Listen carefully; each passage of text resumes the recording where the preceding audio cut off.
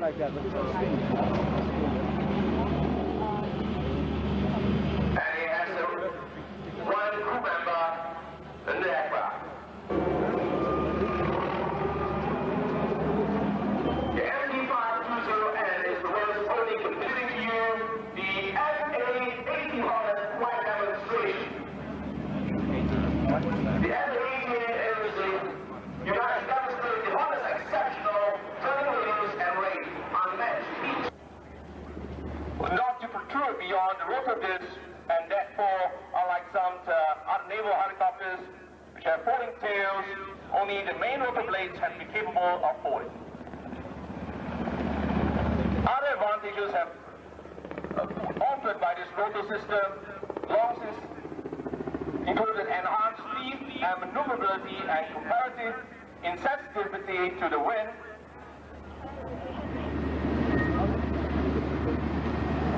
direction in the hover and at low speed.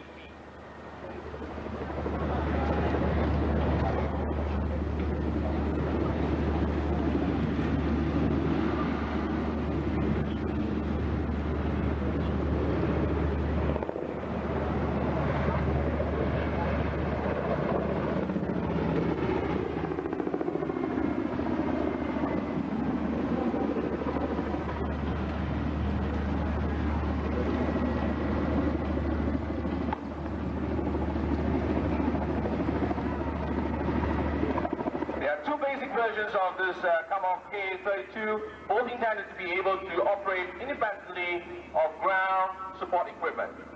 They are a land-based utility version with the minimum of equipment.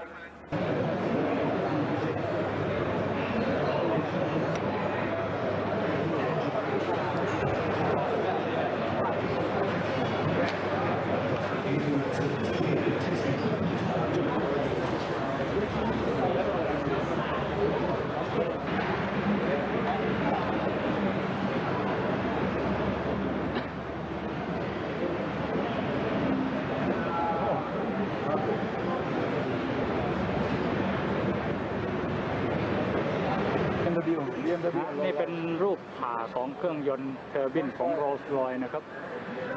ทำงานยังไงฮะนี่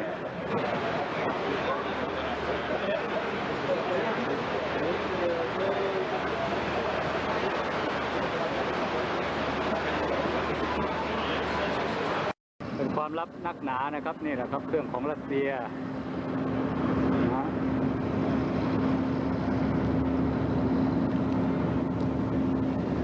ก็เหมือนกันนี่บินโชว์เมื่อกี้ทั้งคู่เลยนะครับนี่ใบโรเตอร์ซ้อนกันนะ2 ชุดนะฮะนี่นะนี่ฮะเขาเรียกว่าเครื่องไอ้ K-32G นะของรัสเซียฮะทีนี้เรามาว่ากันไอ้ตรงอินสตรูเมนต์นะนี่ครับรู้สึกว่าก็โอเค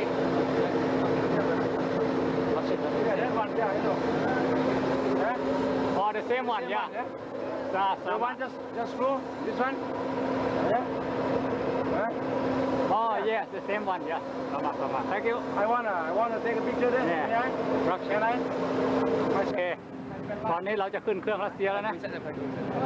จ้ะเอาละเราจะขึ้นไปดูข้างใน Yeah, thank you. นี่นะครับเราเข้ามาแล้วนะในเครื่องของรัสเซียที่เราเห็นบินเมื่อกี้เข้าไปถึงอินสตรูเมนต์เลยเข้าไหลเลยไหมนี่ครับเครื่องวัดของเครื่องรัสเซียฮะโอ้นี่กัปตันประเสริฐโอ้โหบินเครื่องรัสเซียเลยเหรอครับเอาเครื่องรัสเซียไปอเมริกาไอตัวโน้นนะครับเป็นเครื่องที่รัสเซียเขาหวงแหนมากเชียวนี่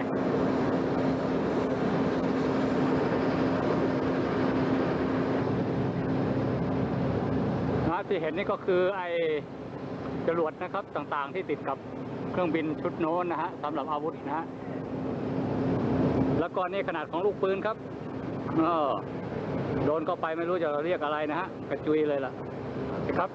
เขาเรียกว่า MI-35 นะฮะนี่นะครับรุ่นของ Combat Multi-Purpose Helicopter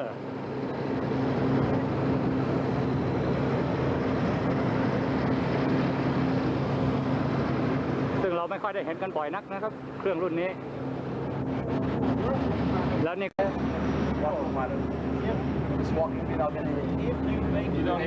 นี่แฟรงค์ฮาร่าเป็นคนของสกอตตี้เคยไปเยี่ยมเราที่มาตักนะครับตอนใน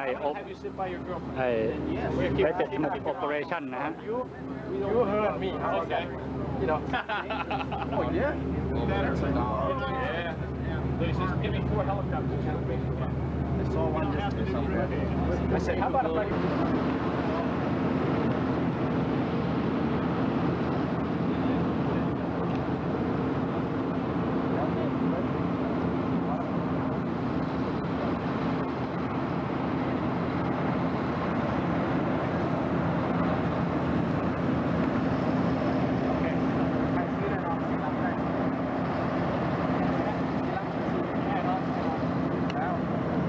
มิราด 2,000 นะครับดูกันชัดๆเลยเนี่ยฮะ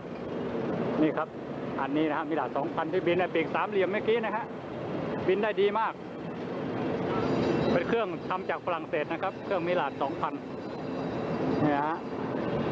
ไอที่ปีก3เหลี่ยมบินเมื่อกี้นะครับนี่แล้วอันนี้ก็เป็นเครื่องของกัมแมนนะครับกัมแมนนี่ของไอUS นะครับเป็นเครื่องใช้ในกิจการทหารเรือครับมิราดดูด้านข้างนะครับเหลืออีกไม่มากนักนะบังเอิญมาเจอเพื่อนเก่านะครับบล็อกไรท์นะฮะเราเคยอยู่ที่สมัยก่อนก็อยู่เวียงจันทร์นะบล็อกไรท์ดีปัญญาพูดภาษาไทยหน่อยที่อัดวิดีโออ่ะพูดไทยไม่ได้ครับพูดไม่ได้เลยเหรอโอ้โหแย่เลยทำงานเบลเอากำลังเอาบอลนี่รุ่นเอาโอเคจะถ่ายให้มา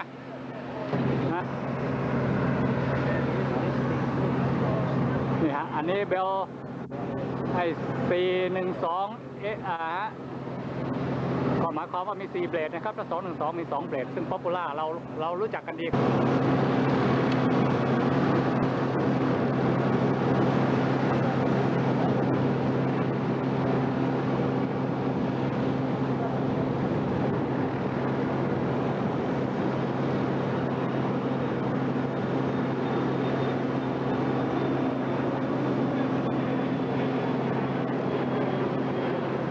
Look over here, Pai.